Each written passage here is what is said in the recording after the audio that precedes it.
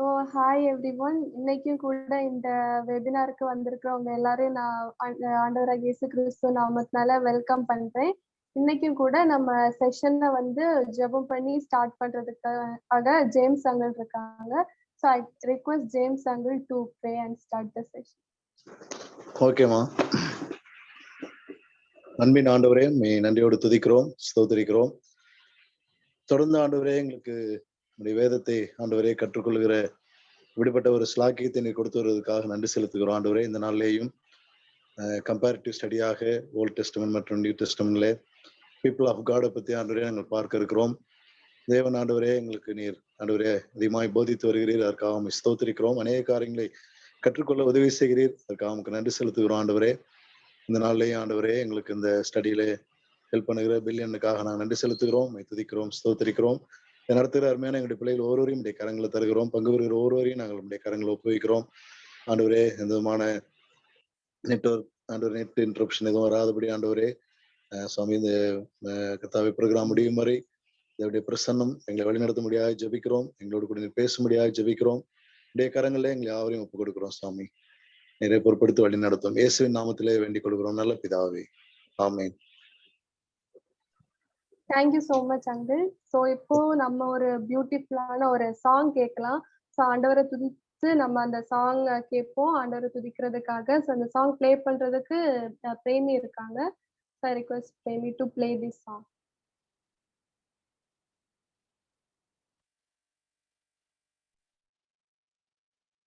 It's time you take your skincare game to next level. Get a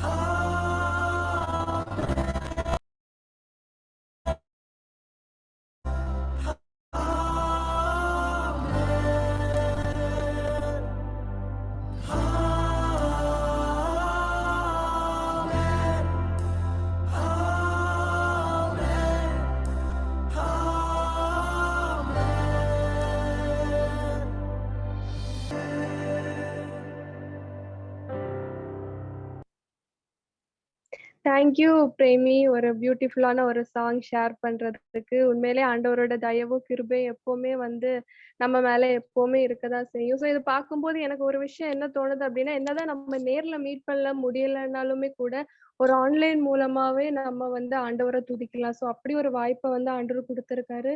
so இப்படி ஒரு webinar ஸ்டடியுமே வந்து நம்ம இந்த மாதிரி லாக்டவுன் எல்லாம் இல்லை அப்படின்னா நம்ம கிடைச்சிருக்குமான்னு தெரியாது. ஸோ ஆண்டவர் வந்து எவ்வளவு கஷ்டம் வந்தாலுமே அதுலயுமே வந்து ஆண்டவர் நமக்கு பெஸ்டானதா எப்பவுமே கொடுத்துட்டே இருப்பாரு. ஸோ ஆண்டவரோட தயவு எப்பவுமே நம்ம மேலதான் இருக்கும். தேங்க்யூ பிரேமி.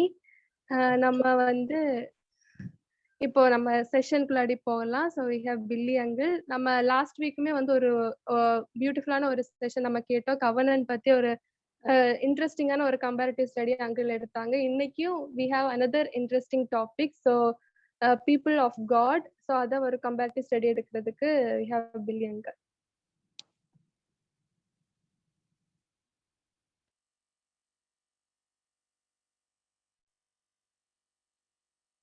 அங்கிள் நீங்க மியூட்ல இருக்கீங்க.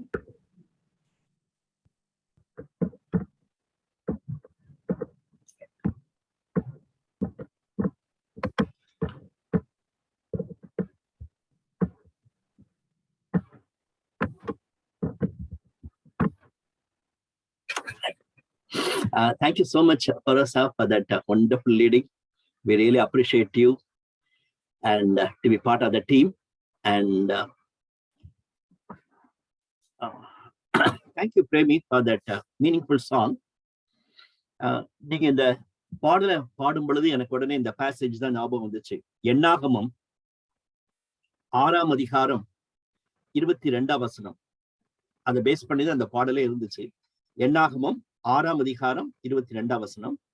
பின்னும் கர்த்தர் மோசேயை நோக்கி, நீ ஆரோனோடும் அவன் குமாரரோடும் சொல்ல வேண்டியது என்னவென்றால், நீங்கள் இஸ்ரவேல் புத்திரரை ஆசீர்வதிக்கும் பொழுது அவர்களை பார்த்து சொல்ல வேண்டியது, கர்த்தர் உன்னை ஆசீர்வதித்து உன்னை காக்க கடவர். கர்த்தர் தம்முடைய முகத்தை உன்மேல் பிரகாசிக்க பண்ணி உன்மேல் கிருபையாய் இருக்க கடவர். கர்த்தர் தம்முடைய முகத்தை உன்மேல் பிரசன்னமாக்கி உனக்கு சமாதானம் கட்டளையிட கடவர் என்பதே. இவ்விதமாய் அவர்கள் என் நாமத்தை இஸ்ரவேல் புத்திரர் மேல் கூற கடவர்கள். அப்பொழுது நான் அவர்களை ஆசீர்வதிப்பேன் என்று சொல் என்றார். இது கிளியராவே கடவுளுடைய மக்களுக்கு, the people of Godக்கு தேவன் கொடுத்த ஆசீர்வாதம். அதை இந்த பாஸ்டர்ஸ் ஊழியக்காரங்கெல்லாம் சேர்ந்து மிக அருமையாக பாடியிருக்கிறாங்க. அதனால வெரி ரிலவன்ஸ் ஆன் இந்த டாபிக்கு.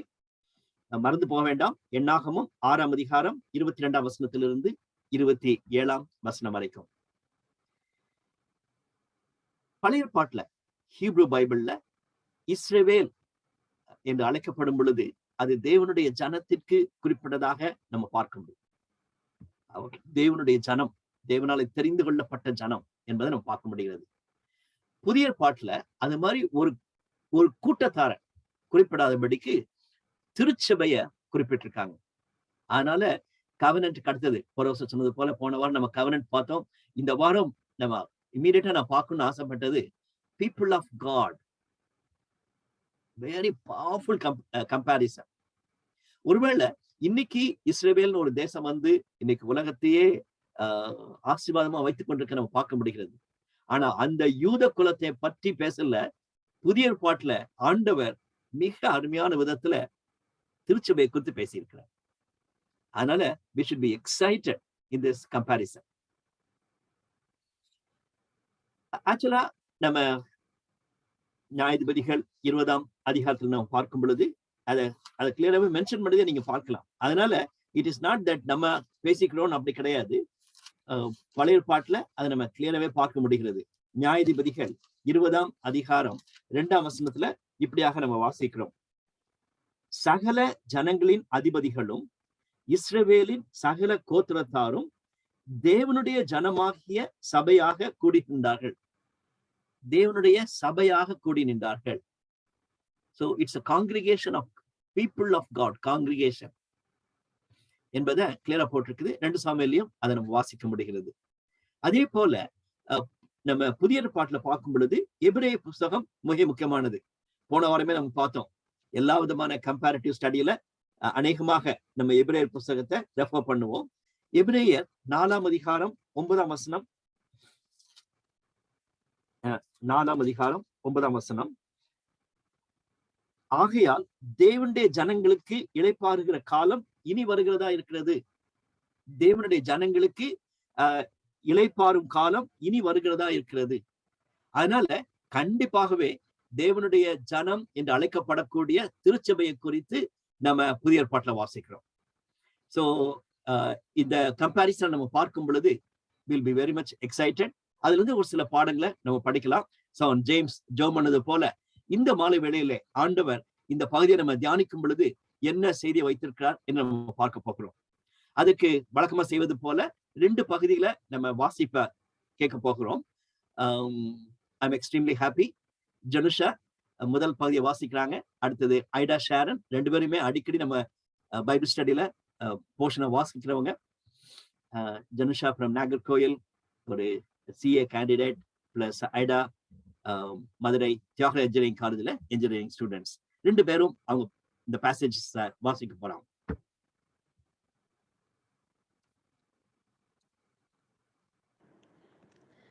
யாத்ராகமம் 19ஆம் அதிகாரம் வசனங்கள் 1 முதல் 6 வரை. இஸ்ரவேல் புத்திரர் எகிப்து தேசத்திலிருந்து புறப்பட்ட 3ஆம் மாதம் 1ஆம் நாளிலே சீனாய் வனாந்திரத்தில் சேர்ந்தார்கள். அவர்கள் ரெவிதீமிலிருந்து பிரயாணம் புறப்பட்டு சீனாய் வனாந்திரத்தில் சேர்ந்து அந்த வனாந்திரத்தில் பாளையம் இறங்கினார்கள். இஸ்ரவேலர் அங்கே மலைக்கு எதிராக பாளையம் இறங்கினார்கள். மோசே தேவனிடத்திற்கு ஏறி போனான்.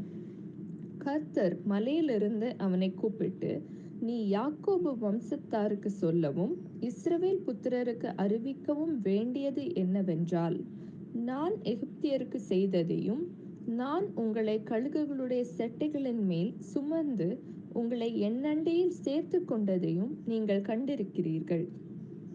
இப்பொழுது நீங்கள் என் வாக்கை உள்ளபடி கேட்டு என் உடன்படிக்கையை கைக்கொள்வீர்களானால் சகல ஜனங்களிலும் நீங்களே எனக்கு சொந்த சம்பத்தாய் இருப்பீர்கள்.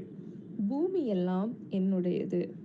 நீங்கள் எனக்கு ஆசாரிய ராஜ்யமும் பரிசுத்த ஜாதியுமாய் இருப்பீர்கள் என்று நீ இஸ்ரவேல் புத்திரரோடே சொல்ல வேண்டிய வார்த்தைகள் என்றார். தேவனுக்கே மகிமை உண்டாவதாக. ஆமென். புதிய பாட்டுல இருந்து இந்த பேசேஜ் நம்ம கேட்கலாம். ஐடா வாசிப்பாங்க. 1 பேதுரு 2ஆம் அதிகாரம் 4 முதல் 10ஆம் வசனங்கள் வரை. மனுஷரால் தள்ளப்பட்டதாயினும் தேவனால் தெரிந்து கொள்ளப்பட்டதும் விலையேற பெற்றதுமாய் இருக்கிற ஜீவனுள்ள கல்லாகிய அவரிடத்தில் சேர்ந்தவர்களாகிய நீங்களும் ஜீவனுள்ள கற்களைப் போல ஆவிக்கேற்ற மாளிகையாகவும் இயேசு கிறிஸ்து மூலமாய் தேவனுக்கு பிரியமான ஆவிக்கேற்ற பலிகளை செலுத்தும்படிக்கு பரிசுத்த ஆசாரிய கூட்டமாகவும் கட்டப்பட்டு வருகிறீர்கள். அந்தபடியே இதோ தெரிந்து கொள்ளப்பட்டதும் விலையேற பெற்றதுமாய் இருக்கிற மூலைக்கல்லை சீயோனில் வைக்கிறேன். அதின் மேல் விசுவாசமாய் இருக்கிறவன் வெட்கப்படுவதில்லை என்று வேதத்திலே சொல்லியிருக்கிறது. ஆகையால் விசுவாசிக்கிற உங்களுக்கு அது விலையேற பெற்றது. கீழ்ப்படியாமல் இருக்கிறவர்களுக்கோ வீட்டை கட்டுகிறவர்களால் தள்ளப்பட்ட பிரதான மூலைக்கல்லாகிய அந்த கல் இடறுதற்கேதுவான கல்லும் விழுகுதற்கேதுவான கண்மலையும் ஆயிற்று. அவர்கள் திருவசனத்திற்கு கீழ்ப்படியாதவர்களாயிருந்து இடறுகிறார்கள், அதற்கென்றே நியமிக்கப்பட்டவர்களாயும் இருக்கிறார்கள். நீங்களோ உங்களை அந்தகாரத்தினின்று தம்முடைய ஆச்சரியமான ஒளியினிடத்திற்கு வரவழைத்தவருடைய புண்ணியங்களை அறிவிக்கும்படிக்கு தெரிந்து கொள்ளப்பட்ட சந்ததியாகவும் ராஜரீகமான ஆசாரிய கூட்டமாயும் பரிசுத்த ஜாதியாயும் அவருக்கு சொந்தமான ஜனமாயும் இருக்கிறீர்கள். முன்னே நீங்கள் தேவனுடைய ஜனங்களாய் இருக்கவில்லை, இப்பொழுதோ அவருடைய ஜனங்களாய் இருக்கிறீர்கள். முன்னே நீங்கள் இரக்கம் பெறாதவர்களாய் இருந்தீர்கள், இப்பொழுதோ இரக்கம் பெற்றவர்களாய் இருக்கிறீர்கள். ஆமென். Thank Janusha and Ida for reading this beautiful passages. முதலாவது காரியமாக எப்படி தேவனுடைய ஜனம் உருவாக்கப்பட்டார்கள் என்பதை நம்ம பார்க்கணும். ஆதாம் ஏவாளை தேவன் உருவாக்கின பின்பு பாவத்தின் நிமித்தமாக அவங்க அழிந்து போனாங்கன்னு சொல்லி பார்க்கிறோம். 6ஆம் அதிகாரத்துல, ஆதியாகமம் 6ஆம் அதிகாரத்துல நோவாவின் மேல் தேவனுடைய கிருபை இருந்தது, அவரும் அவருடைய குடும்பமும் காப்பாற்றப்பட்டது நம்ம பார்க்கிறோம். அதை தொடர்ந்து உடன்படிக்கை உருவாக்கப்பட்டதை நம்ம பார்க்கலாம். ஆனா ஆபிரகாமை தேவன் தெரிந்து கொள்ளும் பொழுது ஆபிரகாமோடு கூட அவர் உடன்படிக்கை பண்ணி உன் மூலமாக சந்ததி ஆசீர்வதிக்கப்படும். அது மட்டுமல்ல, ஆபிரகாம் தன்னுடைய குமாரனாகிய ஈசாக்க ஜீவ பலியாக கொடுப்பதற்கு ஆயத்தமா இருந்தான். உயிருள்ளாக அப்படியே பலியாக கொடுக்கணும்னு யோசிந்தான். ஆனா அங்க தேவன் நிறுத்தி சொல்றாரு, நீ என் மேல வைத்திருக்கிற அன்பு, நான் சொன்ன வார்த்தைக்கு கீழ்ப்படிய வேண்டும் என்ற எண்ணத்தை நீ பெற்றுக் கொண்டிருக்கிறார் என்று நான் அறிவேன் என்று சொன்ன பின்பு ஆதியாகமம் 22ஆம் அதிகாரம் 15ஆம் வசனத்திலிருந்து இப்படி வாசிக்கிறோம். கர்த்தருடைய தூதனானவர் 2ஆம் தரம் வானத்திலிருந்து ஆபிரகாமை கூப்பிட்டு, நீ உன் புத்திரன் என்றும் உன் ஏத சுதன் என்றும் பாராமல் அவனை ஒப்பு கொடுத்து இந்த காரியத்தை செய்தபடியால் நான் உன்னை ஆசீர்வதிக்கவே ஆசீர்வதித்து உன் சன்னதியை வானத்து நட்சத்திரங்களைப் போலவும் கடற்கரை மலனத்தைப் போலவும் பெருகவே பெருக பண்ணுவேன் என்றும் உன் சந்ததியார் தங்கள் சத்துருக்களின் வாசல்களை சுதந்திரித்துக் கொள்வார்கள் என்றும் நீ என் சொல்லுக்கு கீழ்ப்படிந்தபடியினால் உன் சந்ததிக்குள் பூமியில் உள்ள சகல ஜாதிகளும் ஆசீர்வதிக்கப்படும் என்றும் என் பேரில் ஆணையிட்டேன் என்று கர்த்தர் சொல்லுகிறார் என்றார். சோ இது ஃபர்ஸ்ட் டைமா இல்ல, 12ஆம் அதிகாரத்திலே அழைப்பின் பொழுதே இந்த வார்த்தைகளை சொல்லுகிறார். அதன் பின்பு 15ஆம் அதிகாரத்துல மறுபடியுமாக தேவன் ஆபிரகாமுக்கு தன்னை வெளிப்படுத்தி வாக்குத்தத்தம் கொடுக்கிறார். 17ஆம் அதிகாரத்துல நான் சர்வ வல்லமையுள்ள தேவன் என்பதை திட்டமாக the Almighty God என்பதை ஆபிரகாமுக்கு சொன்ன பின்பு வாக்குத்தத்தத்தை ஞாபகப்படுத்தினான்னு சொல்லி பார்க்கிறோம். இங்க அதை உறுதிப்படுத்துகிறார். சோ அதை தொடர்ந்துதான் இஸ்ரவேல் ஜனம் பெறுகிறாங்க. அப்கோர்ஸ் ஆபிரகாம் இந்த உலகத்தை விட்டு போகும் பொழுது ஈசாக்கை பார்க்கிறான், ஒரு பெரிய கூட்டத்தை பார்க்கல. ஆனா தேவன் சொல்லுகிறார், உன்னுடைய சந்ததி மூலமாக உலகத்தில் இருக்க எல்லா சந்ததியும் ஆசீர்வதிக்கப்படும். அதை தொடர்ந்து இப்போ நம்ம வாசிக்க கேட்ட யாத்திராகமம் 19ஆம் அதிகாரம் ஒரு மிக முக்கியமான ஒரு அதிகாரம். அதுலதான் தேவன் மோசே மூலமாக தன்னுடைய ஜனத்தை எப்படி தெரிந்து கொண்டார் என்பதை உறுதிப்படுத்துவதை நம்ம பார்க்க முடிகிறது. நீங்களே என்னுடைய சொந்த சம்பத்தாய் இருக்கிறீர்கள். You are my own people. நான் உங்களுடைய தேவன், நீங்கள் என்னுடைய பிள்ளைகள், ஜனம் என்பதாக அவர் குறிப்பிட்டு சொல்வதை நம்ம பார்க்க முடிகிறது. இந்த இடத்துல ரொம்ப கிளியர் கட்டாகவே அத ஒரு ரொம்ப ஸ்பெசிபிக்கா இஸ்ரவேல் ஜனத்தை தேவன் தெரிந்து கொண்டதை அவர்களுக்கு சொல்லும்படி மோசேயின் மூலமாக சொல்லுகிறான்னு பார்க்கிறோம். இது முடிஞ்ச பிறகுதான் 10 கட்டளைகள் கொடுக்கப்படுகிறது. 20ஆம் அதிகாரத்தை பாருங்க, அங்க 10 கற்பனைகள்லாம் கொடுக்கப்படுகிறது. So before giving the covenant, before giving the லாவை குறித்து நம்ம பிறகு படிக்க போறோம். ஆனா அதெல்லாம் கொடுப்பதற்கு முன்பாகவே ஆண்டவர் சொல்லக்கூடியது, நீங்கள் என் சொந்த ஜனமா இருக்கிறீர்கள் என்பதாக சொல்லியிருக்க நம்ம பார்க்க முடிகிறது. அது மட்டுமல்ல, நீங்கள் எனக்கு ஆசாரிய ராஜ்யமாயும் பரிசுத்த ஜாதியாயும் இருப்பீர்கள் என்று நீ இஸ்ரவேல் புத்திரரோடு சொல்ல வேண்டும். அதுதான் 1 பேதுரு குறிப்பிட்டு சொல்லதை நம்ம பார்க்க முடிகிறது. இதே காரியத்தை தான் சொல்றோம். அதனாலதான் நம்ம கான்பிடென்டா சொல்லலாம், பழைய ஏற்பாட்டுல இஸ்ரவேல் ஜனத்திற்கு தேவன் கொடுத்ததை புதிய ஏற்பாட்டுல திருச்சபைக்கு கொடுக்கிறார் என்பதற்கு இந்த 2 பேசேஜ் ரொம்ப கிளியரா கம்யூனிகேட் பண்ணதை நம்ம பார்க்க முடியும். சோ பிகினிங் இருக்கிறத நம்ம பார்க்கலாம். growth of இஸ்ரேல் எப்படி வளர்ந்தது என்ற காரியத்தையும் நம்ம சட்டத்துல பார்க்கணும். ஏன் இந்த கம்பேரிட்டிவ் ஸ்டடியுடைய ஒன் ஆஃப் த அப்ஜெக்டிவ்ஸ் அல்லது ஒரு மிக முக்கியமான நோக்கம் என்னன்னு சொன்னா, ப்ராக்ரெசிவ் ரெவலேஷன் ஆஃப் காட். தேவன் தன்னை எப்படியாக தன்னுடைய ஜனத்திற்கு, மக்களுக்கு தன்னை வெளிக்காண்பித்து வருகிறார் என்பதை நம்ம படிச்சுட்டு வரோம். பைபிள்ல 66 புத்தகத்தை நம்ம படிச்சிருக்கிறோம். அதன் பின்பு நிறைய காரியங்கள் இப்போ பைபிள் ஸ்டடி பண்ணிக்கிட்டு இருக்கோம். இந்த கம்பேரிட்டிவ் ஸ்டடியோட முக்கிய நோக்கம் என்னன்னா, இந்த ப்ராக்ரெசிவ் ரெவலேஷன். பழைய ஏற்பாட்டின் காலத்துல ஆண்டவர் தன்னை வெளிப்படுத்தினதையும் தொடர்ந்து புதிய ஏற்பாட்டின் காலத்துல வெளிப்படுத்தின ஆதி திருச்சபையில முதல் 100 ஆண்டுகளிலே அவர் வெளிப்படுத்தின காரியங்கள், அதை தொடர்ந்து சரித்திரத்திலே நடைபெற்று வரக்கூடிய காரியங்கள் எல்லாம் எப்படி வெளிப்படுத்தி இருக்கிறார், இன்னும் அவருடைய 2வது வருகையின் பொழுது என்ன நடக்க போகிறது என்ற ப்ராக்ரெசிவ் ரெவலேஷனை நம்ம பைபிள்ல பார்த்து கொண்டிருக்கோம். அத ஆதியாகமம் 1ஆம் அதிகாரத்திலிருந்து வெளிப்படுத்தல் 22ஆம் அதிகாரம் வரைக்கும் ப்ராப்பரா பார்க்கிறது அவசியம் என்ற நோக்கத்தோடு நம்ம செய்து கொண்டிருக்கிறோம். அதை மனசுல வைத்துக்கொண்டு growth of இஸ்ரேல பார்ப்போம். யாத்திராகமம் 1ஆம் அதிகாரத்துல நம்ம பார்க்கும் பொழுது தேவன் ஆபிரகாமுக்கு சொன்னது போல, ஆபிரகாம்கிட்ட சொல்றாரு, 400 வருஷ காலம் நீங்க அமைதலா இருக்க வேண்டியிருக்கும். அந்த 400 ஆண்டு காலம் முடிந்த பின்பு யோசேப்பு அவனோடு கூட இந்த மக்கள் எல்லாம் அறியாதவர்கள் வந்த பின்பு நடந்த சம்பவத்தை இங்க யாத்திராகமம் 1ஆம் அதிகாரம் 6ஆம் 7ஆம் வசனத்துல வாசிக்கிறோம். யோசேப்பும் அவனுடைய சகோதரர் யாவரும் அந்த தலைமுறையால் எல்லாரும் மரணமடைந்தார்கள். 400 வருஷம். இஸ்ரவேல் புத்திரர் மிகுதியும் பலுகி ஏராளமாய் பெருகி பலத்திருந்தார்கள். தேசம் அவர்களால் நிறைந்திருந்தது. எங்க இருந்தாங்க? எகிப்தில் இருந்தாங்க. ஆனா தேசம் அவர்களால் நிறைந்திருக்கிறது. அப்படியாக தேவன் அவர்களை ஆசீர்வதித்திருக்கிறார். இப்போ the time has come for them to move. தேவன் அவர்களுக்கு வாக்குத்தத்தமா கொடுத்த கானான் தேசத்துக்கு போக வேண்டிய நேரம் வந்துவிட்டது. அத மோசேயின் மூலமாக, அதான் யாத்திராகமத்துல படிக்கிறோம். மோசேயின் மூலமாக தேவன் அவர்களை விடுவித்து, எகிப்திலிருந்து விடுவித்து, அற்புதமான விதத்துல விடுவித்து அவர்களை கானான் தேசத்துக்கு அழைத்து செல்வதாக பார்க்கிறோம். இப்போ ஜனுஷா வாசிச்ச அந்த பேசேஜை நீங்க பாத்தீங்கன்னா, யாத்திராகமம் 19ஆம் அதிகாரத்துல ஒரு கழுகு தன்னுடைய சிறகுல தூக்கிட்டு வந்தது போல சுமக்கிறேன்னு சொல்றாரு. Let's see.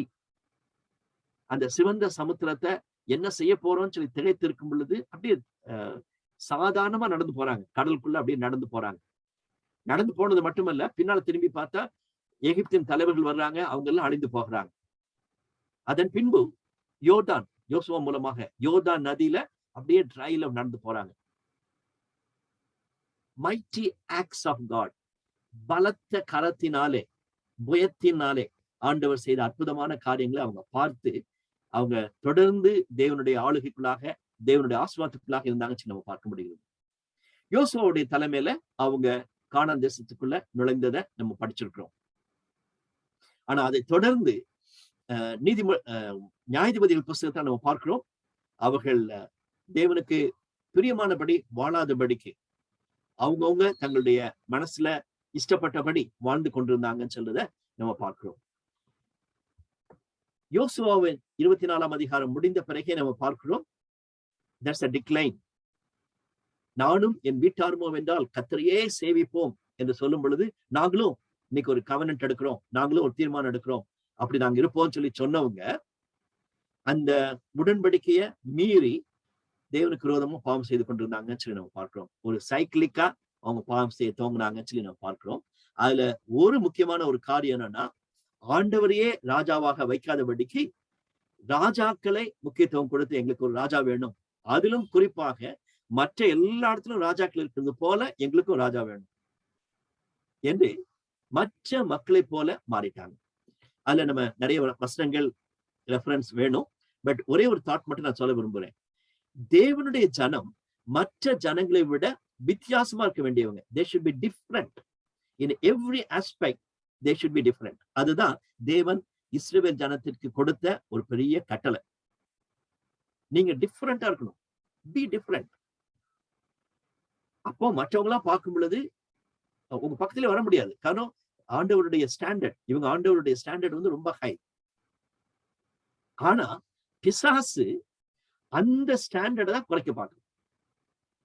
அதனாலதான் அந்த பிலேயாம் பாலாக்க பார்த்து பேசிட்டு நான் அவங்கள சபிக்கவே முடியாது, இந்த மக்கள் வந்து ஆசீர்வதிக்கப்பட்ட மக்கள், இப்ப நம்ம பாட்டு கேட்டது போல அப்படியா ஆசீர்வதிக்கப்பட்ட மக்கள்.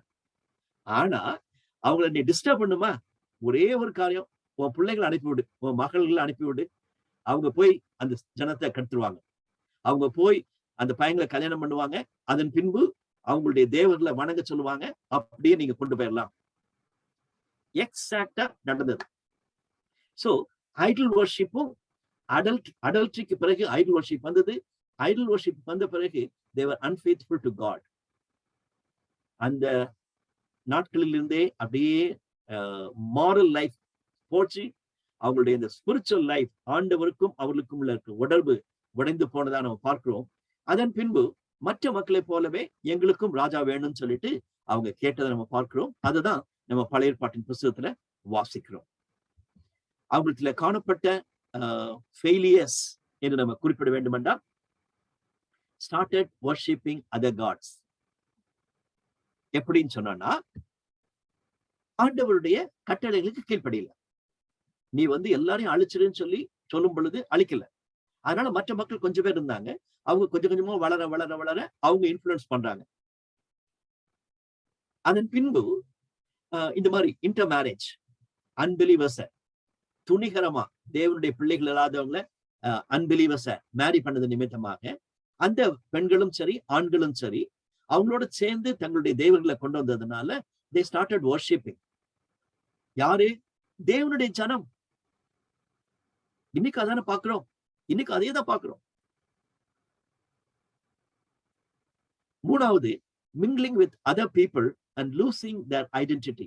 பிசாசு அதுதான் செய்யறான். நீ ஒரு தேவனுடைய பிள்ளை என்ற ஒரு ஐடென்டிட்டியை வைக்கணும்னு இல்லாதபடிக்கு your one among them, enjoy பண்ணு லைஃப், அதை என்ஜாய் பண்ணு சொல்லிட்டு அவங்களோட மிங்கிள் பண்ணி அதுக்கு டிப்பிக்கல் எக்ஸாம்பிள் பிலேயாம் கொடுத்த சஜஷன் தான். பிலேயாம் கொடுத்தது வந்து ஒரு பயங்கரமான ஒரு சஜஷன். அததான் யூதா திட்டுகிறார். புதிய ஏற்பாட்டுல யூதாவில படிக்கும்போது பாக்குறோம், பிலேயாமின் வழியிலே நடந்தாங்கன்னு சொல்லிட்டு. வெளிப்படுத்தல நம்ம படிச்சோம், பிலேயாமின் வழியில நடத்துறாங்கன்னா அவங்க என்னது, தேவனை ஆராதிக்காதபடிக்கு மற்ற தேவங்களை ஆராதிக்கிறாங்க, தேவனுடைய வார்த்தைக்கு கீழ்ப்படியாதபடிக்கு மற்றவங்களுக்கு பின்னால போகிறாங்க. அதோடு கூட தங்களுக்கென்று இருக்கிற உறுதியான ஒரு ஐடென்டிட்டியை விட்டுட்டு மக்களை போல மற்றவங்களை போல மாறிடுறாங்க. அப்படி போகும் பொழுது அவங்க இருதயம் கடினப்படுகிறது. அப்போ அவங்கள சொல்லக்கூடிய எச்சரித்து சொல்லக்கூடிய தீர்க்கதரிசிகள் யாரா இருந்தாலும் சரி, அடிச்சு கொல்லு அல்லது அவங்களை விரட்டு. நம்ம அப்படிதான் பார்த்தோம். எரேமியா தீர்க்கதரிசியை பார்க்கும் பொழுது கடைசியாக அவர் பட்ட பாடுகளை குறித்து நம்ம பார்த்தோம். எல்லா தீர்க்கதரிசிகளும் ஒரு கன்வீனியன்டா, ரொம்ப கம்ஃபர்டபுளா, வாங்க வாங்க நீங்க சொல்றது கேளுங்கன்னு சொல்றதுக்கு ஒத்துருமே இல்லை. ஃபர்ஸ்ட்ல நார்தர்ன் கிங்டத்துல பார்க்கும் பொழுது ஆமோஸுக்கு வந்து அந்த ராஜா சொல்லும் பொழுது, நார்தர்ன் கிங்டத்துல இருக்க ராஜா சொல்லும் பொழுது அவர் கூட ஓரளவுக்கு கேட்க பாக்குறாரு. ஆனா அவருக்கு கூட இருந்த மக்கள் வந்து ஆமோஸ, நீ இங்க வா, நானும் ஒரு பாஸ்டர் தான் அப்படிதான் சொல்றான், நானும் ஒரு பிரீஸ்ட், நீ வா, நான் உனக்கு சொல்றேன் பாரு, நீ எப்படி வந்து என்ன வார்த்தை சொல்றேன்னு கவனிச்சுக்கிறேன்னு சொல்லிட்டு he was challenging. So definitely prophets-க்கு அவங்க ஓன் பீப்புளே அகைன்ஸ்டா இருந்ததை நம்ம பார்க்கலாம். அதனாலதான் இன்னைக்கு நான் 3 ரோல்ஸை வந்து பழைய ஏற்பாட்டுல ஹைலைட் பண்ணி சொல்லியே ஆக வேண்டும். The role of priest, the role of prophets, the role of kings. இந்த 3 மினிஸ்டர்ஸும் பழைய ஏற்பாட்டின் காலத்துல இருந்திருக்காங்க. God had a plan. என்னதான் ஃபெயிலியர் ஆனாலும் அவங்களை அழிச்சு போட்டுட்டு நான் இன்னொரு ஜாதியை உண்டாக்குவேன்னு சொல்லிட்டு மோசேட்ட சொல்றாரு, இந்த மக்கள் என்னால தாங்கவே முடியல, அவங்களை அழிச்சு போட்டுறேன். யாத்திராகமம் 33 அதிகாரத்துல வாசிக்கிறோம். நீ ஒரு வார்த்தை சொல்லு, நான் வந்து ஓ மூலமாக ஒரு ஜாதியை உண்டாக்குறேன். அப்போ மோசே சொல்றாரு, ஐயா தேவனே, அது வந்து முடியவே முடியாது, நீ ப்ராமிஸ் பண்ண காரியத்தை நீ சொன்னீர்னா உங்களுடைய நாமத்துக்கு தூஷணம் உண்டாகுமே, தயவு செய்து வேண்டாம்னு சொல்லிட்டு கெஞ்சுகிறான். He was pleading. அதன் பின்பு தேவனுடைய வெளிப்பாடுகளை பார்க்கும் பொழுது ஆரோன் துவக்கம் பிரீஸ்டா இருக்காங்க. அதன் பின்பு எலியா வந்து ஒரு அதிகமான ஒரு முக்கியமான ஒரு தீர்க்கதரிசியா இருக்காரு. ஆனா சாமுவேல் காலத்துல இருந்தே தீர்க்க தரிசனங்கள் வரத்தவங்கதை நம்ம பார்க்கலாம். சவுலை புறக்கணித்து தேவன் தாவீத ராஜாவாக ஆக்கினதா நம்ம பார்க்கிறோம். இது எதுக்கு நான் இங்க கோட் பண்றேன்னா, புதிய ஏற்பாட்டுல இந்த 3 ரோல் இருக்கான்னு சொன்னா இல்ல, இந்த 3 ரோலும் ஜீசஸ் எடுத்தார். அதுதான் எபிரேயர் புத்தகத்தில் நம்ம வாசிக்கிறோம். He was a priest, yes. அவர்தான் பிரதான ஆசாரியர். நமக்காக அந்த ரத்தத்தை, தன்னுடைய சொந்த ரத்தத்தை எடுத்துக்கொண்டு தேவனுடைய பிரசனத்துல கடந்து சென்ற பிரதான ஆசாரியர். Jesus became the message. Who is a prophet? Thus says the Lord. தேவன் இப்படியாய் சொல்லுகிறார் என்ற வார்த்தையை சொன்ன பழைய ஏற்பாட்டின் தீர்க்கதரிசிகள் ஒரு மேசியாவுக்காக காத்திருந்தாங்க. இப்போ மேசியாகவே அவர் மெசேஜாக அவர் வந்து விட்டதாக நம்ம பார்க்கிறோம். Prophetic role. அவர்தான் ராஜாதி ராஜா. தாவீதுக்கு தேவன் ப்ராமிஸ் பண்ண நித்தியமான ஒரு ராஜரீகத்தை உருவாக்கக்கூடிய இயேசு கிறிஸ்து எடுத்துக்கொண்டான்னு சொல்லி பார்க்கிறோம். அதனால இந்த கண்டிப்பாகவே பீப்புள் ஆஃப் காடை குறித்து நம்ம பேசும் பொழுது மினிஸ்டர்ஸ் இந்த ஓல்ட் டெஸ்டமெண்ட்டை, அந்த ரோல், அவங்களுடைய 3 ரோலையும் கண்டிப்பா நம்ம பார்க்க வேண்டும். இதை மையமாக வைத்துக்கொண்டு இப்ப நம்ம புதிய ஏற்பாட்டுக்குள்ளாக கடந்து வர போகிறோம். The word church என்று நம்ம பார்க்கும் பொழுது கண்டிப்பா ஞாபகம் வைத்துக் கொள்ள வேண்டிய வார்த்தை என்னன்னா அசம்பிளி, காங்கிரிகேஷன் என்பதுதான் மிக முக்கியமான ஒரு காரியம். இன்னைக்கு சர்ச்சுன்னு சொன்னா பில்டிங், ஒரு கிராஸ் இருக்கணும், ஒரு பெரிய கோபுரம் இருக்கணும், அது மாதிரி மக்கள் நிறைய யோசிக்கிறாங்க. ஒரு வீட்டை வந்து ஒரு சர்ச்சுன்னு சொல்ல விரும்ப மாட்டேங்கிறாங்க. அல்லது ஒரு சின்ன ஒரு செட்டப் இருந்துச்சுன்னா அதை வந்து ரொம்ப சந்தோஷமா சர்ச்சுன்னு சொல்ல விரும்ப மாட்டேங்கிறாங்க. They want to have a big structure. ஆனா நான் முன்னாலே ஒரு பைபிள் ஸ்டடியில சொல்லியிருக்கேன், தமிழ்ல வந்து அருமையா இருக்குது. ஆலயம், திருச்சபை 2 வார்த்தைகள் உபயோகிக்கிறோம். ஆலயம் என்று சொன்னோம்னா அது பில்டிங். அந்த ஒரு பில்டிங் வந்து டெம்பிள் மாதிரி, ஒரு மாஸ்க் மாதிரி, இது ஒரு ஆலயம் என்று நம்ம சொல்லிடுறோம். ஆனா திருச்சபை என்று சொல்லும் பொழுது அதான் அசம்பிளி, காங்கிரிகேஷன் சொல்றது. சபை என்று நம்ம சொல்லும் பொழுது கண்டிப்பா அது பீப்புள், நாட் த பில்டிங் என்பதை மறந்து போக வேண்டாம். பழைய ஏற்பாட்டிலையும் தேவன் இஸ்ரவேலை ஜனமாக பார்க்கிறார் என்பது பார்க்கிறோம்.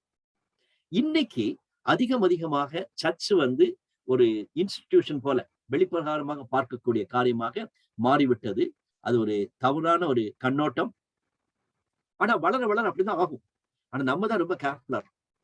அண்ட் நம்ம ஆஸ் ப்ராட்டஸ்டன்ஸ் நம்ம இந்த 2 வேர்டு நம்ம யூஸ் பண்ணுவோம்.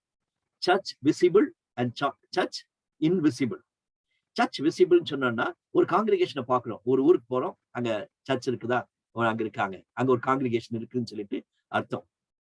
நான் அந்த காலத்துல அதிகமா டிராவல் பண்ணும் பொழுது, இந்த ட்ரெயின்ல டிராவல் பண்ணி பார்க்கும் பொழுது, நார்த் இந்தியால நான் போகும் பொழுது அந்த ஜன்னல்ல உட்காந்துட்டு பார்த்துட்டே போகணும்னு ஆசைப்படுவேன். ஜன்னல்ல பார்க்கும்பொழுது இந்த ட்ரெயின் கிராஸ் பண்ணி போகும் பொழுது 2 இடத்துல நான் கிராஸ் எதிர்பார்ப்பேன்.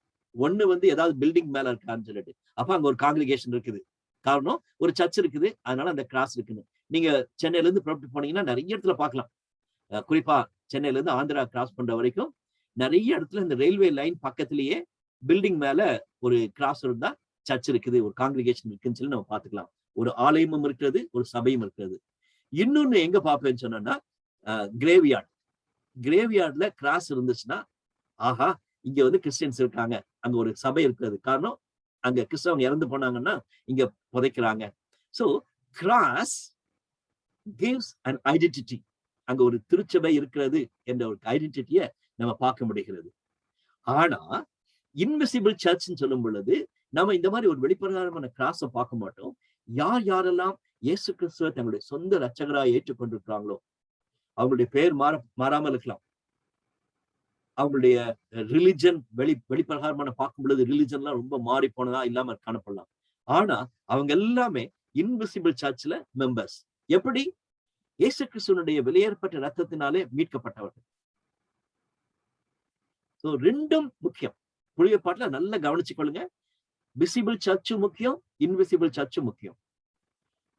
நம்ம EU போல ஒரு சில ஆர்கனைசேஷன்ஸ்ல we strongly believe in invisible church. காரணம் நிறைய ஹிந்து கான்வெர்ட்ஸ், நிறைய முஸ்லீம் கான்வெர்ட்ஸ், நிறைய பேர் அவங்க வந்து இயேசு கிறிஸ்துவை ஏற்றுக்கொண்டு சந்தோஷமா வாழ்ந்து கொண்டிருக்காங்க. பட் they are not என்னது real members of the church. ஆனா we believe that they are believers. ஆண்டவர் இன்னைக்கு வந்தார்னா அவங்க எல்லாம் பரலோகத்துக்கு எடுத்துக்கொள்ளப்படுவாங்க. காரணம் இயேசு கிறிஸ்துவனுடைய வெளியேறப்பட்ட ரத்தத்தினாலே மீட்டுக்கொண்டப்பட்டவர்கள் நம்புறோம். அதே நேரத்துல கண்டிப்பா நம்ம பேச வேண்டியது visible church. we need to identify. அது ஒரு முக்கியமான ஒரு தாட்டாக இன்னைக்கு ஈவினிங் உங்களுக்கு சொல்லணும்னு ஆசைப்படுகிறேன். we have to be part of visible church. there are some challenges. அது குறித்து நம்ம டிஸ்கஸ் பண்ணலாம். பட் விசிபிள் சர்ச்ல we have to be members. அதே மாதிரி நம்முடைய திருச்சபை என்று சொல்லும் பொழுது துவக்கத்துக்கு நம்ம பார்க்க போகிறோம். அப்போஸ்தலர் 2ஆம் அதிகாரத்துல இருக்கிறது. ஆனா இந்த நிசியன் கிரீட் அதை பார்க்கும் பொழுது சொல்லக்கூடிய காரியம் என்னன்னா, I believe in one church, holy church, universal church and apostolic church. அதாவது வேத வார்த்தையின் அடிப்படையில் இருக்கக்கூடிய திருச்சபை, ஒரே யூனிவர்சல் சர்ச்.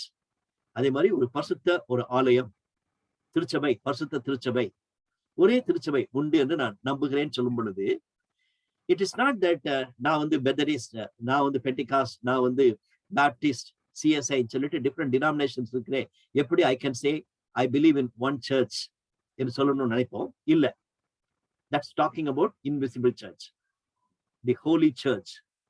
அந்த பிரைட், ஜீசஸ் பிரைட் க்ரூமா வரப்போகிறார், ஒரு பிரைட் இஸ் கெட்டிங் ரெடி. அந்த சர்ச் தான் அந்த ஹோலி காங்கிரிகேஷன். யூனிவர்சல், இந்த தேசம், இந்த காஸ்ட், இது அதெல்லாம் கிடையவே கிடையாது. இட் இஸ் யூனிவர்சல் அண்ட் டெஃபினட்டா it is Bible believing. Apostolic சொல்லும் பொழுது இயேசுவானவர் போன பின்பு திருச்சபைக்கு கொடுத்து சென்றது. அதுதான் 1 பேதுரு 2ஆம் அதிகாரத்துல ரொம்ப டீட்டெயிலா வாசிக்க கேட்டோம். ஐடா வாசிச்சாங்க. 2வது பேசேஜ் வாசிக்கும் பொழுது நம்ம கவனிச்சோம். அந்த ஜீவனுள்ள கல்லாகிய இயேசு கிறிஸ்துவின் மேல் நம்ம எல்லாம் ஜீவனுள்ள கற்களாக, அதே வேர்ட் போட்டிருக்குது. Jesus is a living stone and we are all become the living stones. So இயேசு கிறிஸ்து தான் அந்த மூலைக்கல், அவர் ஜீவனுள்ள கல். நம்ம எல்லாரும் ஜீவனுள்ள கற்களாக ஒரு ஆலயமாக கட்டப்படுகிறோம், அல்லது ஒரு திருச்சபையாக கட்டப்படுகிறோம் என்ற மிக அருமையான ஒரு மெட்டபரை, ஒரு ஓமைய பேதுரு குறிப்பிட்டு சொல்வதாக நம்ம பார்க்கிறோம். அதுல இயேசுவானவர் விட்டு சென்ற அப்போஸ்தலிக் டீச்சிங் அதை நம்ம பார்க்கிறோம். பர்த் கிளியரா நம்ம பார்க்கலாம். 2 மிக முக்கியமான காரியங்கள் சொல்லணும்னு ஆசைப்படுறேன். ஜீசஸ் வரும் பொழுது ஒரு கிறிஸ்டியானிட்டியை உண்டாக்கணும் என்பதற்காக அவர் வரல. மற்ற எல்லாருமே ரிலிஜியஸ் லீடர்ஸை பார்த்தீங்கன்னா அவங்க ஒரு ரிலிஜியஸ் செக்டை உண்டாக்கணும்னு சொல்லி வந்தாங்க. பட் ஜீசஸ்னுடைய கிளியர் கட் மெத்தடை பார்க்கும் பொழுது disciple, he was raising disciples. அதிலும் யோவான் 15ஆம் அதிகாரம் 16ஆம் வசனம் மிக அருமையான ஒரு வசனம். நீங்கள் என்னை தெரிந்து கொள்ளவில்லை, நான் உங்களை தெரிந்து கொண்டேன். நீங்கள் என்னை தெரிந்து கொள்ளவில்லை, நான் உங்களை தெரிந்து கொண்டேன். அதுதான் திருச்சபையின் துவக்கம். இட்ஸ் நாட் தட் இவங்க எல்லாம் கொஞ்சம் நல்ல பீப்புளா இருக்காங்க, மோசமானதெல்லாம் விட்டுருவோம், அது பிறகு நம்ம கிறிஸ்டியனா மாறிடுவோம். அப்படி கிடையாது. தேவன் தெரிந்து கொண்ட ஆடுகள், தேவன் தெரிந்து கொண்ட மக்கள், தேவனாலே தெரிந்து கொள்ளப்பட்ட சீஷர்கள். டியர் பிரதர்ஸ் அண்ட் சிஸ்டர்ஸ், இன்னைக்கும் ஒரு சர்ச் ஸ்டார்ட் ஆகணும்னா it is not by birth, it is not by any other means, it is by God's doing. நீங்கள் என்னை தெரிந்து கொள்ளவில்லை, நான் உங்களை தெரிந்து கொண்டேன் என்று ஆண்டவர் சொல்லக்கூடிய காரியம். அதுலதான் திருச்சபை உருவாகிறது. இரண்டாவது, முன்னாலே சொன்னது போல அப்போஸ்தலர் 2ஆம் அதிகாரத்தில் நம்ம பார்க்கிறோம். பெந்தேகோஸ்தே நாளிலே தேவன் மகத்தான விதத்திலே பரிசுத்த ஆவியானவர் மூலமாக தன்னை வெளி காண்பிக்கிறார் என்று பார்க்கிறோம். அன்றைக்கு முதல் திருச்சபையானது வெளியாக வருகிறது. அது வரைக்கும் சீஷர்கள் என்று அழைக்கப்பட்ட மக்கள் 3000 பேரோடு சேர்ந்து அவங்க ஒரு மீட் பண்ண துவங்கிட்டாங்க. they are not Jews, அவங்க எல்லாம் Jews, ஆனா இன்னைக்கு they became different, they are the followers of Christ. 2ஆம் அதிகாரம் 42ஆம் வசனத்திலிருந்து 47ஆம் வசனம் வரைக்கும் இருக்கிற பகுதியை நம்ம படிச்சு பார்த்தோம்னா ஒரு திருச்சபைக்கு காணப்பட வேண்டிய குணாதிசயங்கள், இதுதான் குணாதிசயங்கள் சொல்லிட்டு 1 2 3 4 சொல்லிட்டு நம்ம பார்க்க முடிகிறது. அது ஒரு ஏர்லி சர்ச்சினுடைய கேரக்டரிஸ்டிக்ஸ் என்பதை நம்ம இங்க குறிப்பிட்டு பார்க்கிறோம். ஒன் மோர் தாட், எருசலேமிலிருந்து அந்தியோகியாவுக்கு முக்கியத்துவம் மாறுகிறது நம்ம பார்க்கிறோம். 13ஆம் அதிகாரத்துல அந்தியோகியா சபை ஒரு மிக முக்கியமான சபையாக மாறிச்சு. ஆனா அதுக்கு முன்பாகவே 11ஆம் அதிகாரத்துல பர்னபா அப்போஸ்தலரால் அனுப்பப்பட்ட பின்பு அவர் பவுலையும் கூட்டிட்டு போகிறார். அங்க போன பிறகு அங்கதான் முதலாக கிறிஸ்தவர்கள் என்ற பெயர் அழைக்கப்படுகிறது. இது ஆல்மோஸ்ட் லைக் a nickname. கிறிஸ்துவ ஃபாலோ பண்றவங்க கிறிஸ்தவங்க அப்படிதான் வந்ததா நம்ம பார்க்கிறோம். அதனால கிறிஸ்தவங்கன்னா இயேசு கிறிஸ்துவனுடைய சீடர்கள், கிறிஸ்தவங்கன்னா இயேசு கிறிஸ்துவை பின்பற்றக்கூடிய ஒரு சகோதரன் சகோதரி என்பதை தான் நம்ம சொல்லணும். இப்பதான் பலவிதமான பெயர்கள் வருகிறது. அவங்களே கேட்கிறாங்க, நீங்க கேத்தலிக்கா, நீங்க பெண்டிகாஸ்டா, இது அதுன்னு சொல்றாங்க. பட் கேட்க வேண்டிய ஒரு கேள்வி என்னன்னா, நீங்க கிறிஸ்தவங்களா, நீங்க கிறிஸ்துவ ஃபாலோ பண்றவங்களா என்ற ஒரு கேள்வியை தான் நம்ம கேட்கணும். growth of the church நம்ம எல்லாருக்கும் தெரியும். அப்போஸ்தலர் 1ஆம் அதிகாரம் 8ஆம் வசனத்துல ஆண்டவரே சொல்லுகிறார், இயேசுவானவரே எடுத்துக்கொள்ளப்படுவதற்கு முன்பாக சொல்லுகிறார், நீங்கள் பரிசுத்த ஆவியானவரால் நிரப்பப்படும் பொழுது எனக்கு சாட்சிகளா இருப்பீர்கள் என்று சொல்லுகிறதை நம்ம பார்க்கிறோம். எருசலேமிலிருந்து உலகத்தின் கடைசி வரைக்கும் சொல்றாரு. நாட் ஜஸ்ட் ஜியோகிராபிக்கலி, ஃபர்ஸ்ட்ல நீங்க எருசலேமில் இருப்பீங்க, அது பிறகு கொஞ்ச நாள் கழிச்சு சமரியா போவீங்க, அது பிறகு கடைசியில போவீங்க. அப்படி நம்ம எடுக்கணும் அவசியமே கிடையாது. காரணம், கிரேக்கர்கள் முன்னாலே இயேசுவானவரை பார்க்க வந்திருக்காங்க. அதனால அவங்க எல்லாம் இயேசுவானவர் குறித்து அறிந்து கொண்ட பின்பு அவங்க எல்லாரையும் பல இடங்களுக்கு திரும்பி போயிருந்துக்கலாம். ஸோ இட்ஸ் நாட் தட் ஃபர்ஸ்ட்ல எருசலேம்ல நம்ம சாட்சியா இருக்கணும், அது பிறகு சமரியா போலான்னு இல்லை. ஆனா லூக்கா அதை எழுதும் பொழுது மிக அழகாக எழுதுகிறார். பேதுருடைய ஊழியம் எருசலேம்ல இருந்துச்சு, பிலிப்புடைய ஊழியம் சமாரியால இருந்துச்சு, பவுலுடைய ஊழியம் உலகத்தின் கடைசி வரைக்கும் ஸ்பெயின் வரைக்கும் போறதுக்காக ரோமர் 15ஆம் அதிகாரத்துல வாசிக்கிறோம். அன்னைக்கு தெரிஞ்ச நோன் கண்ட்ரி வந்து ஸ்பெயின், அது வரைக்கும் போவதற்கு செயல்பட்டுதான் நம்ம பார்க்கிறோம். நம்ம எல்லாருக்கும் தெரியும், அது யூரோப்புக்குள்ள போறதுக்கு முன்பாகவே தோமா மூலமாக இந்தியாவுக்கு வந்ததை நம்ம பார்க்கலாம். இப்படியாக திருச்சபை வளர்ந்ததாக நம்ம பார்க்கிறோம். இந்த சேலஞ்சஸை பார்க்கறதுக்கு முன்பாக ஒரு பாயிண்ட் நான் சொல்லணும். ஒண்ணு வந்து ரெமனன்ட், மீதி இருந்தவர்கள் என்பது புதிய ஏற்பாட்டிலையும் பார்க்கலாம், பழைய ஏற்பாட்டிலையும் நம்ம பார்க்கலாம். அப்போஸ்தலர்களே பார்க்கும் பொழுது ஒரு சிலர் தேவனுக்கு உண்மை இல்லாதவர்களா போயிட்டாங்க, தப்பான போதனை நிமித்தமாக போயிட்டாங்க, அல்லது இயேசு கிறிஸ்துவை நேசிக்காதபடிக்கு விட்டு போனவங்க பவுல் சொல்லுகிறார், ஒரு பெரிய லிஸ்டே குறிப்பிட்டு சொல்லுகிறார். அதனால நம்ம அப்போஸ்தலர் புத்தகத்தை படிக்கும் பொழுதும் சரி, பவுலுடைய ரைட்டிங்ஸை படிக்கும் பொழுது we know that it's not that church வந்து அப்படியே ஒரு ஹோலியா இருந்துச்சு, அப்படியே ஒரு நல்ல ஒரு பிரைட் மாதிரி ரெடி ஆகுதுன்னு சொல்ல முடியாது. ஏர்லி சர்ச்சிலேயே ஒரு ஃபேமிலி அங்க இருக்கிறாங்க, ஒரே சண்டை, பேர் என்ன, விதவைகள் கவனிக்கப்படலன்னு சொல்லி 6ஆம் அதிகாரத்துல வாசிக்கிறோம். அனனியா சப்புரால் ரொம்ப பரிதாபமான ஒரு ஃபேமிலி. இது மாதிரி பல தவறான காரியங்கள் சபையில நடந்ததா பார்க்கிறோம், பழைய பாட்டிலையும் நம்ம பார்க்கிறோம். ஆனா தேவனுக்கு உண்மை உள்ளவர்களாக மீதி இருந்த மக்களை நம்ம பழைய பாட்டிலையும் புதிய ஏற்பாட்டிலையும் பார்க்கிறோம். சோ இன்னைக்கு சபையை குறித்து பார்க்கும் பொழுது அல்லது காட்ஸ் பீப்புளை குறித்து பார்க்கும் பொழுது கண்டிப்பா I have to talk to you about remnant. ரெமனன்ட்னா தமிழ்ல மீதமாய் இருந்தவர்கள் என்றது, மீதி இருந்தவர்கள். ஒரு டிபிக்கல் எக்ஸாம்பிள் சொல்லணும்னா எலியா சொல்றாரு, ஆண்டவரே நான் மட்டும்தான் ஃபெய்த்ஃபுல்லா இருக்கேன், இங்க ஒத்துருமே கிடையாது. அப்போ ஆண்டவர் சொல்றாரு, இல்ல எலியா நீ மட்டுமல்ல 7000 பேர் இந்த பாகாலுக்கு வணங்காதபடிக்கு என்ன நேசிக்கிற மக்கள் இங்க இருக்கிறாங்க. 7000 பேர் புரிஞ்சா எலியாக்கு ஆண்டவர் சொன்ன காரியம். இன்னைக்கும் சில நேரத்துல இந்த சர்ச்சா அவ்வளவுதான், இந்த குரூப்பா இவங்களா அவ்வளவுதான் நம்ம நினைச்சுட்டு இருக்கோம்.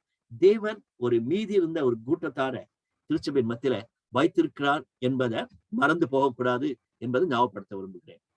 கடைசியாக முடிக்கிறதுக்கு முன்பாக சேலஞ்சஸ் இன்றைக்கு நம்மளுடைய திருச்சபைகளிலே காணப்படக்கூடியது. இஸ்ரவேல் ஜனம் ஆபிரகாமுக்கு தொடர்ந்து ஒரு அருமையான ஒரு தேவனுடைய ஜனமா மாறினாங்க. மோசே மூலமாக, யோசுவா மூலமாக நல்ல தலைவர்களாக இருந்து அவங்கள கானான் தேசத்துக்குள்ள வழி நடத்தினாங்க. ஆனா அவங்களுக்கு பலவிதமான சவால்கள் காணப்பட்டது. இன்னைக்கு அதே மாதிரிதான் நம்ம நித்திய கானானாகிய பரலோகத்துக்கு போவதற்கு முன்பாக இன்னைக்கு பலவிதமான சவால்கள் நம்ம சந்திக்கிறோம். முதலாவது காரியம் அவுட்வர்ட் ரிலிஜியஸ் பிராக்டிசஸ். இல்ல ஃபர்ஸ்ட் நான் போட்டிருக்கிறது டிவிஷன்ஸ். பல பயங்கரமா நமக்குள்ள இருக்கிற டிவிஷன்ஸ் ரொம்ப வருத்தமான ஒரு காரியம். ரெண்டாவது giving importance to not giving importance to Jesus Christ and God's word. ஆனா நமக்குன்னு சொல்லி தலைவர்களை வைத்துக் கொண்டு அவங்க சொன்னாங்க இவங்க சொன்னாங்கன்னு சொல்லிட்டு போய் கொண்டிருக்கிறோம். மிக வருத்தமான ஒரு காரியம். அவுட்வேர்டா காணப்படக்கூடிய ரிச்சுவல்ஸ். அடுத்தது ஸ்பிரிச்சுவல் வார்ஃபேர். அப்போஸ்தலர் புத்தகத்திலையும் வாசிக்கிறோம். அதை தொடர்ந்து நம்ம பார்த்துக்கொண்டே இருக்கக்கூடிய பிசாசு பயங்கரமா போராடி கொண்டிருக்கிறான். எபேசியர் புத்தகத்தை நம்ம படிச்சோம், திருச்சபை குறித்து நல்லா படிச்சோம். கடைசியில படிச்சது there is a warfare. பிசாசனுடைய பவர் என்கவுண்டர் இருக்கிறது நம்ம பார்த்தோம். கடைசியாக ஃபால்ஸ் டீச்சிங் இப்ப மட்டுமல்ல, ஏர்லி சர்ச்ல இருந்தே வந்து கொண்டிருக்கிறத நம்ம பார்க்கலாம்.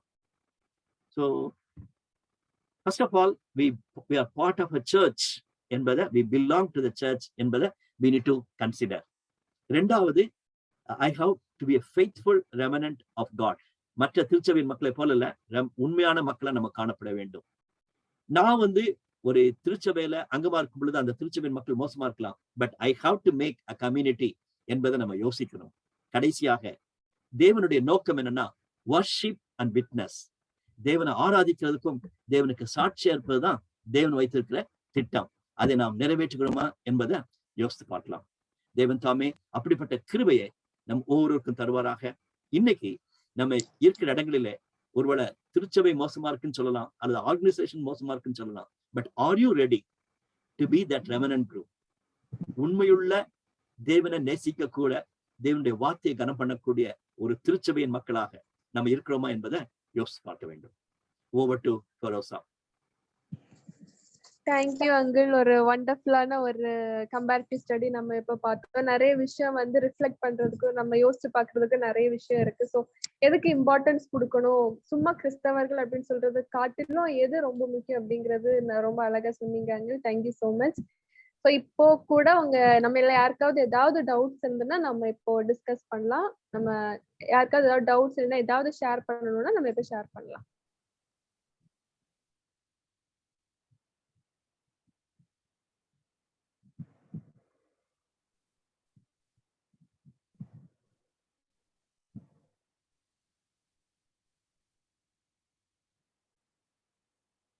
யாருக்கும் எந்த டவுட்ஸும் இல்லையா?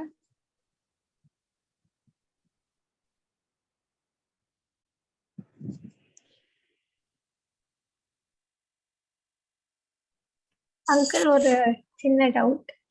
இப்போ நீங்க சொன்ன மாதிரி இப்ப நிறைய கான்வெர்ட்ஸ் இருக்காங்க, ஹிந்து கான்வெர்ட்ஸ், முஸ்லிம் கான்வெர்ட்ஸ். ஸோ அவங்களுக்கு இப்போ சர்ச் ஒரு சில பேர் சீக்ரெட்டா அவங்க ஃபேத்தை கூட வச்சிருக்கலாம். அப்ப அவங்கள்ட்ட இந்த சர்ச் எக்ஸ்பீரியன்ஸ்ங்கிறது அவங்களால ஒருவேளை ரொம்ப எதிர்ப்பா இருக்கலாம், அந்த மாதிரி இருப்பாங்க. அவங்களுக்கு அந்த சர்ச் எவ்வளவு இம்பார்ட்டன்ட், அத எப்படி நாங்க பாக்குறது?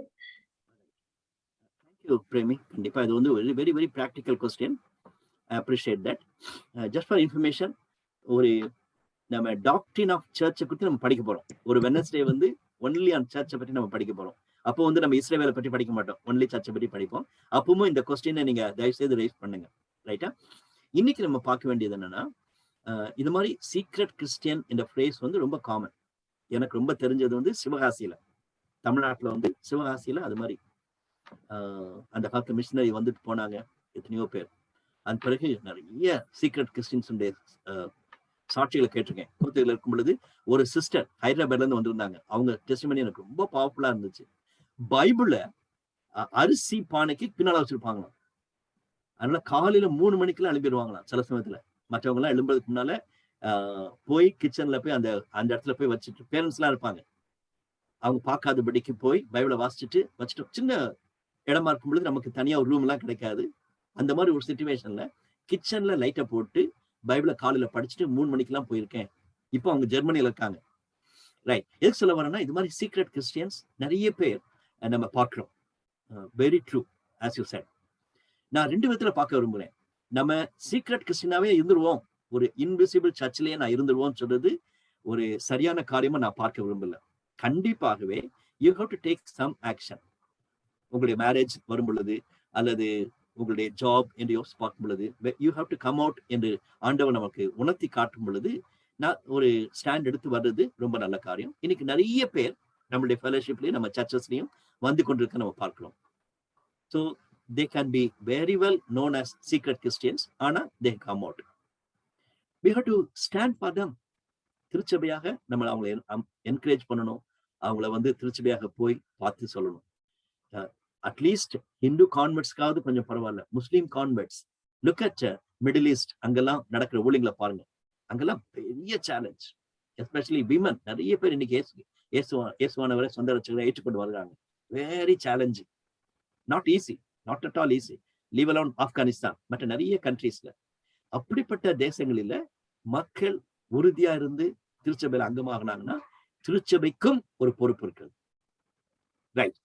2வது நான் பாக்குறது என்னன்னா, இப்படிப்பட்ட அருமையான தேவனுடைய பிள்ளைங்க மற்ற மதத்தை விட்டு வரும் பொழுது நம்மளுடைய கலாச்சாரத்துல கிறிஸ்தவங்க சொன்னா ஒரு வெஸ்டர்ன் கல்ச்சர், ஹைஃபை, அது வந்து ஒரு வித்தியாசமான நிலையை நம்ம காண்பிச்சிட்டோம். அது வந்து ஒரு தவறான ஒரு காரியம். அந்த 2வது பாயிண்ட் அதை நான் சொல்ல விரும்புகிறேன். திருச்சபையாக இவர்களை நாம் ஏற்றுக்கொள்ள வேண்டும் என்றால் அவர்களுடைய லெவலுக்கு நம்ம இறங்கி போய் அதுக்கு ஏற்ற விதமாக நம்ம போகிறோமா என்று நம்ம யோசிச்சு பார்க்கணும்.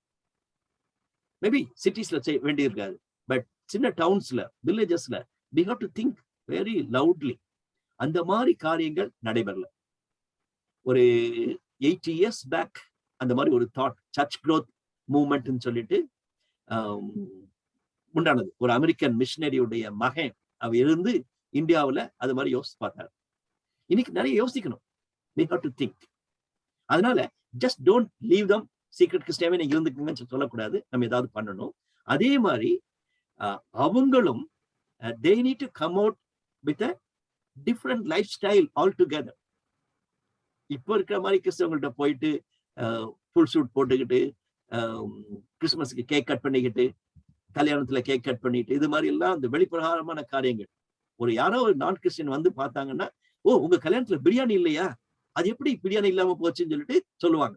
ஏன்? ஒரு கிறிஸ்தவ கல்யாணம்னா தமிழ்நாட்டுல பிரியாணி இருக்கணும், அப்படின்னா ஒரு கிறிஸ்தவ கல்யாணம். Very sad, very sad. Okay, so இதெல்லாம் கொஞ்சம் மாற்றி இருக்கக்கூடிய ஒரு கவுண்டர் கல்ச்சரையும் நம்ம திங்க் பண்ணணும். அதோடு கூட ஒருவேளை பெர்சிக்யூஷன் அது மாதிரி காரியங்கள் வந்துச்சுன்னா திருச்சபை அப்பொழுதுதான் குவாலிட்டியா வளரும். இந்த மாதிரி சீக்ரெட் கிறிஸ்டியன்ஸ் வெளியே வந்து தேவனுக்காக வாழும் பொழுது, பெர்சிக்யூஷன் சர்ச்சஸ்ல பெர்சிக்யூஷன்ஸ் வரும் பொழுது நமக்கு வந்து ஒரு கம்ஃபர்டபுள், ஒரு கன்வீனியன்ட் பொசிஷன்ல நம்ம வாழ்ந்து கொண்டிருக்கிறோம். That's not right. That's way I look at Premi. Thank you uncle. கண்டிப்பா ஆண்டவரோட வெளிச்சம் நமக்குள்ள இருக்கும்போது கண்டிப்பா ஒரு பாயிண்ட்ல வந்து அவரு வெளிக்காட்டுறதுக்கு ஸ்டாண்ட் பண்ண ஆப்பர்ச்சுனிட்டி தருவாங்க. அதை கண்டிப்பா நம்ம பயன்படுத்தணும்னு தெரிஞ்சுக்கிட்டேன் uncle. Thank you so much. Look at Muslim converts. இப்பவும் நிறைய சிஸ்டர்ஸ் அவங்களுடைய சாட்சிகள்லாம் கேட்கும் பொழுது that's the way I look at it. தேவன் அவங்களுக்கு பலன் கொடுக்கும் பொழுது they come out.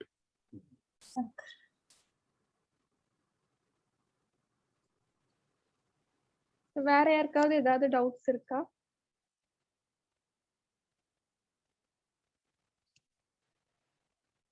Okay. So எல்லாருக்கும் யாருக்கும் டவுட்ஸ் இல்ல. நம்ம இப்போ ப்ரேயர் பண்ணி நம்ம செஷன முடிச்சிடலாம். ஸோ ப்ரேயர் பண்ணி முடிக்கிறதுக்கு திலகவதி ஆண்டி இருக்காங்க. So I request Thilagavathi aunty to pray.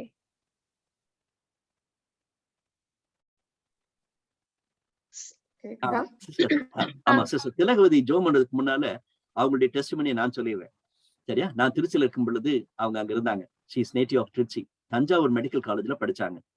அப்போ வந்து என்னுடைய பிடில என் கிளாஸ்மேட். பிறகுதான் நான் கண்டுபிடிச்சேன். ஒரு Christian family sister Thilagavathi medical college ஸ்டூடெண்டா இயேசு கிறிஸ்துவை ஏற்றுக்கொண்ட பிறகு அந்த ஃபேமிலி கொடுத்த ஒரு fellowship. Literally she was beaten. ஒரு மெடிக்கல் காலேஜ் ஸ்டூடெண்ட் கிறிஸ்தவலா இருக்கிறதுனால வீட்டுல அடி வாங்கினாங்க. ஆனா தேவனுக்காக வாழ்வேன்னு சொல்லி அவங்க நின்றுருந்தாங்க. இன்னைக்கு நமக்கு அந்த மாதிரி குடும்பங்கள் இல்லை. அதான் என்னுடைய வருத்தம். தமிழ்நாட்டுல அந்த மாதிரி குடும்பங்கள் leave alone medical college students. ஒரு நம்முடைய சமுதாயத்துல வரக்கூடிய வாலிப பிள்ளைங்களுக்கு குடும்பங்களுக்கு நிற்கக்கூடிய திருச்சபையின் மக்கள் இல்லை. அது வந்து ஒரு வருத்தமான ஒரு காரியம். I really thank God for sister Thilagavathi and the way in which she took stand for the marriage and brother Gandhi. ரெண்டு பேருமே தேவனை நேசிக்கக்கூடியவங்க. அவங்க கல்யாணத்துல ஐ வாஸ் வெரி மச் தேர். இப்பவுமே எனக்கு அப்படியே அவங்க கல்யாணம் நடந்த சம்பவம் ஞாபகம் வருகிறது. அவ்வளவு தூரத்துக்கு ஒரு அருமையான சாட்சி. Really thanking God for you sister Thilagavathi. Thank you very much. அன்புள்ள ஆண்டவரே, இந்த அருமையான வேலைக்காய் நாங்கள் ரொம்ப நன்றியோடு துதிக்கிறோம், ஸ்தோத்திரிக்கிறோம். தாயின் கர்ப்பத்திலே உருவாக்க முன்னமே நீர் எங்களை தெரிந்து கொண்ட தேவன், நீங்க எங்களை முன்னறிந்த தேவன், முன்குறித்த தேவன். ஆண்டவரே, உங்களுடைய அளவில்லாத இரக்கத்துக்காக நாங்கள் நன்றி செலுத்துகிறோம்ப்பா. நன்றி நன்றி ராஜா. ஆண்டவரே அப்பா, நாங்கள் இப்போ அந்த நியூ டெஸ்டமெண்ட் ஓல்ட் டெஸ்டமெண்ட் ஆண்டவரே இந்த கம்பேரிட்டிவ் இதை அண்ணன் எடுக்கிறது ஆண்டவரே அகப்பனே நம்முடைய கரங்களுக்குள்ள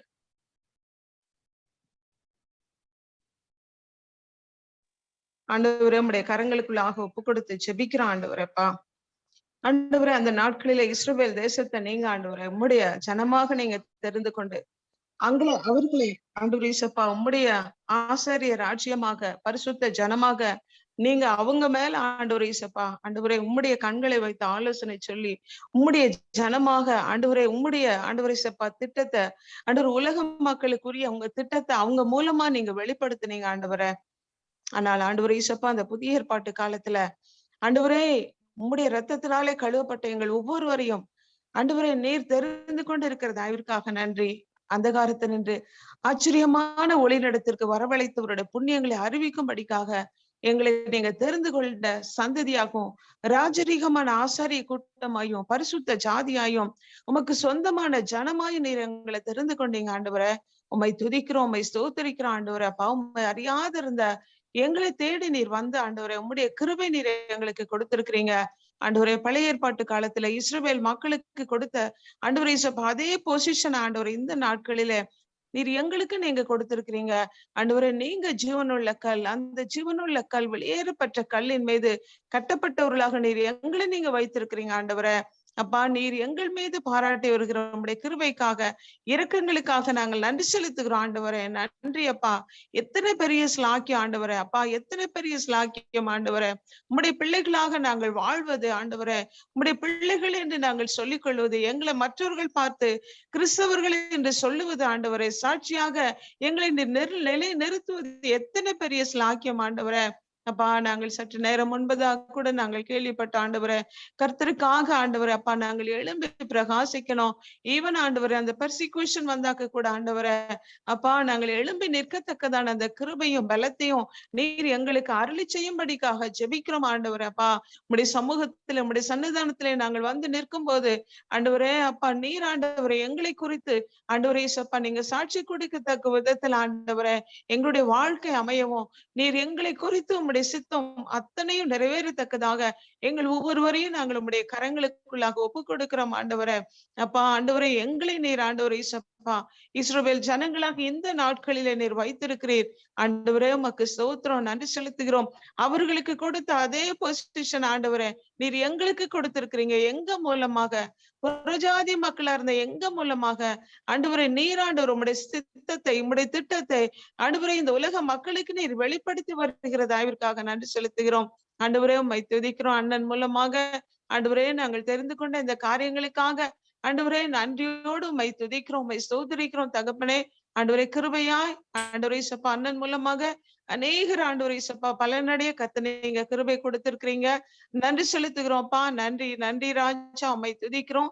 எங்களை தாழ்த்து உம்முடைய திரு சமூகத்தில் அர்ப்பணிக்கிறோம். துதிகன மகிமை யாவையும் நாங்கள் உமக்கே செலுத்துகிறோம். இயேசு கிறிஸ்துவின் நாமத்தினாலே எங்களுடைய ஜெபங்களை ஏறெடுக்கிறோம் பிதாவே. Amen amen amen. Thank you so much aunty. Thank you. அண்ணா நான் ஒரு கரெக்ஷனு. ஆக்சுவலா நான் வந்து ஆண்டவரை பத்தி தெரிஞ்சுக்கிட்டது லயனல் அண்ணன் மூலமா தான் நான் தெரிஞ்சுக்கிட்டேன். நானு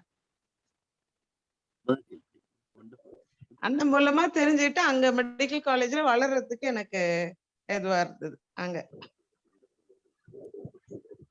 தேங்க் காட். அதெல்லாம் யோசிச்சு பார்க்கும்போது ரொம்ப என்ன சொல்றது, ஆண்டவர் வந்து அதுல அவர் ஆல்ரெடி அவர் முன் குறிச்சிருக்கிறதுனால இந்த இதெல்லாமே கொடுத்து அதுக்கு ஏத்தபடி ஆண்டவர் வழி நடத்திட்டு வர்றாரு.